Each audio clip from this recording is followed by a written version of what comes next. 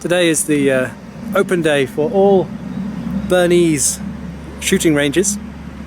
I don't know how often this takes place, but it gives the public the opportunity to wander in, see how things work, try out some air rifle or laser trainers. So let's go and see. Now it is public, so there's kids and other people around, so I hope you can hear me over all the background hubbub. So here underneath we have a 10-meter range for air pistol, air rifle. This is a laser training system, and you can see here on the screen you have the shot. Obviously the green is your lead up to the shot, and the red is the movement after the shot. So here where there's so much interest in the open day, the presentation of the 3-4 rifles that are typically used. It's a 6-hour free target rifle, my K31. These are the Sturmgewehr 90s used for the youth training. They're just normal, nothing special. And this is a tricked out Sturmgewehr 57 with diopter and all sorts. Now you can see here on the baffle you've got this plug here. That's an acoustic sensor, and it detects the shot through the tunnel, and if the target doesn't register an impact after so many milliseconds, it counts it as a 0. And of course, since there's only 2 calibers shot here, they have the muzzle velocities, well, they're standard. Here is then the target. You can see the impacts. You can also zoom in with this button here. And this thing is a deflector that fits on the Sturmgewehr 90 because it tends to eject cases forward, and that would shower brass down below. And here you can see the sight you get through the tunnel in the sunshine. And it's insulated with foam. At the end of the tunnels, they stick out a bit, and all around there's just field.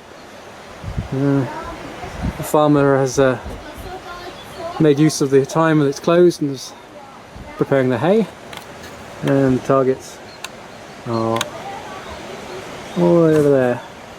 And directly underneath, behind the trees there, is also a horse paddock. This is what it looks like from the outside. Slight overhang.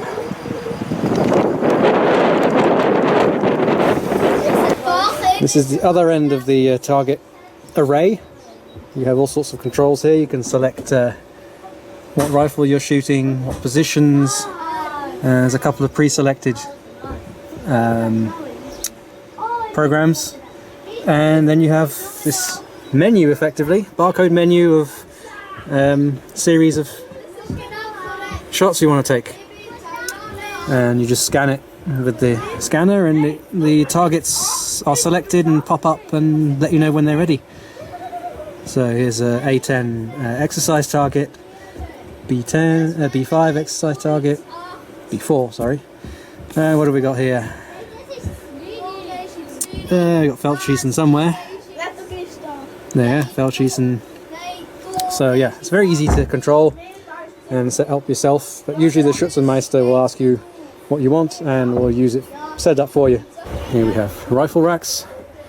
So as soon as you get in, you're supposed to unpack your rifle and pop it up there in safe condition. The B4 silhouette target, horrible to see at 300.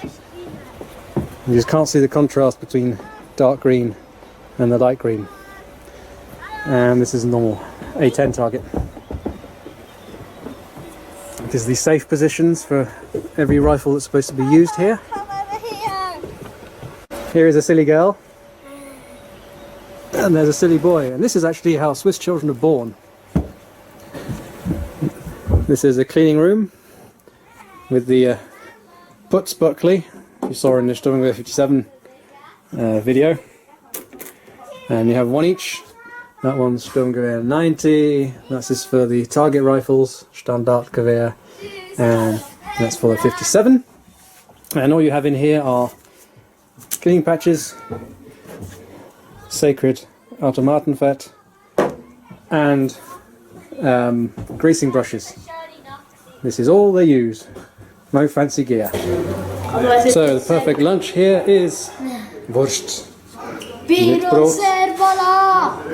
Gute. Merci! Och det är Sveriges skala!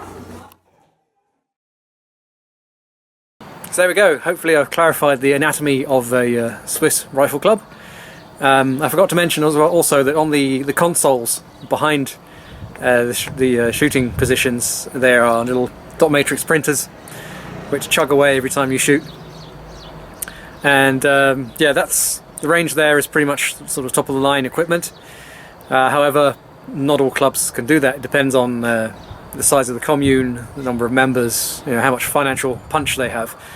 So smaller clubs, they can still have the old LED target display next to you, which if you look at the Feldschießen 2017 video, you'll see those at play and see how they indicate your shot placement.